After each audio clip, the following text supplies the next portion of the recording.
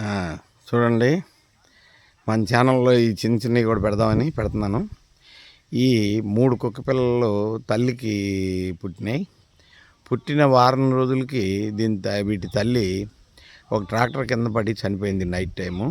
పాపం వీటికి మరి తల్లి లేదు. అందుకని చెప్పి ప్రతి వాళ్ళు గిన్నెల్లో పెట్టి పాలు అవి ఇవి పెట్టి వాటిని పెంచుతున్నారు. చూసారా, కుక్క పిల్లల్ని పెంచుతారు కానీ మనిషి పిల్లల్ని పెంచరండోయ్. మన ప్రజల యొక్క నాడి అట్లాంటిది, మన ప్రతినిధుల యొక్క నాడి ఎట్లాంటిదంటే, ఇప్పుడు ఈ ఊరు ప్రెసిడెంటు ఒక ఆడకూతురు, వాళ్ళ ఆయన పోలీసు, ఆయన హైదరాబాద్లో ఉద్యోగం చేసుకుంటున్నాడు. కనుక ఆమె హైదరాబాద్ నుంచి వీడియో కాల్స్లో ఈ ఊరి యొక్క పనుల్ని నిర్వహిస్తుందన్నమాట, ఫోన్ కాల్స్లోను. మరీ ఎమర్జెన్సీ అయితే అప్పుడు పాపం వారు ఫ్లైట్లో వచ్చి ఫ్లైట్లో వెళ్తారు.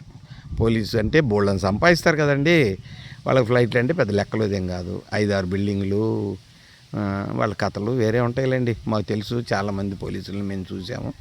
మా నాన్నగారి శిష్యులు అంతా పోలీసులే. వాళ్ళకి రియల్ ఎస్టేట్ బిజినెస్లు. ఒకరికైతే మంచి కలెక్షన్ కింగ్ అని మంచి పేరండి. అది అలా చూసారా, కుక్కల గురించి చెప్పి కుక్కల నుంచి ఎక్కడికో వెళ్ళిపోయి సైన్ ఆఫ్ చేస్తున్నాను.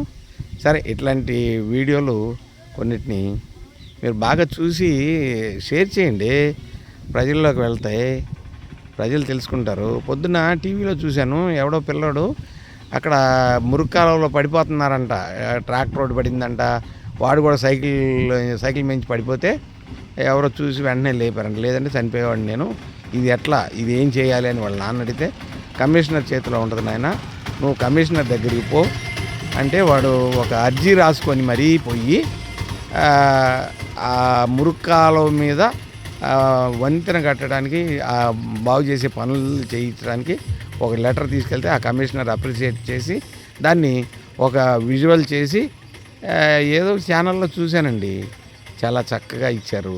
అట్లా వాడు 6వ తరగతి చదువుతున్నాడు, 9 ఏళ్ల పిల్లాడు. వాడికి ఉన్న ఇది కూడా మన వాళ్ళల్లో లేదు. ఇట్లాంటి చైతన్యం ఎప్పుడు వస్తుందో అప్పుడు ఈ యొక్క జాతి, మానవ జాతి, అందుట్లో ఇండియన్స్, హిందువులు బాగుపడతారు. అది ఇప్పుడు ఫైనల్గా ఇంకో ట్రీట్మెంట్ చెప్తున్నాను. పోలీసు ఆయన పెళ్ళాం ఎందుకు చేయాల్సి వచ్చిందంటే, కంటెస్ట్ ప్రెసిడెంట్ ఎలా అయిందంటే ఊరికి, అది రిజర్వేషన్ సీటు. సో ఆ రిజర్వేషన్ అమ్మగారు అక్కడ ఉన్నారు. కాస్త తెలివి కలవాళ్ళు, వాళ్ళు డబ్బు ఖర్చు పెట్టగలిగిన కెపాసిటీ పాపం పోలీసు వాళ్ళకే ఉంటుంది కదా, వారు బాగా ఖర్చు పెట్టి ప్రెసిడెంట్ అయ్యారు. అది సంగతి, ఫైనల్ టచ్ అన్నమాట. ఓకే అండి, థ్యాంక్ యూ. మీకు ఈ వీడియో నచ్చితే 10 మందికి షేర్ చేయండి పాపం.